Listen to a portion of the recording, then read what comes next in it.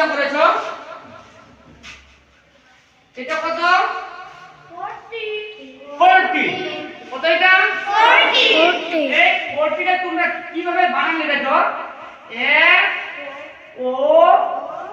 U R T Y এটা কি ঠিক না এটা ঠিক না তোমরা যখন 4 বানান করছো F O U R 4 ওই 4 এর সাথে তোমরা T লাগাই দিছো কিন্তু যখন আমরা 40 লিখব তখন এটা হবে না তখন তোমরা F O R T Y বুঝা গেছে তাহলে এই 40 বানানটা হবে না 40 বানানটা আর এখানে ইউটা উঠে যাবে কি উঠে যাবে ইউ তাহলে F O R T Y 40 তাহলে 40 যখন আমরা লিখব F O R T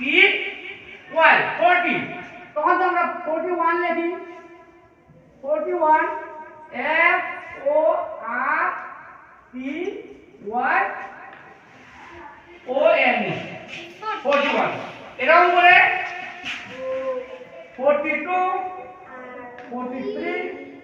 44 45 দেখো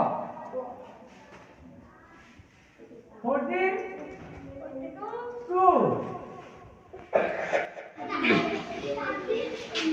এবার আমরা 41 তাহলে 41 টা কি 40 41 42 43 44 45 তাহলে 41 টা কি বলতো শুনি F O R T Y 40 আমরা এটা দেব না ঠিক আছে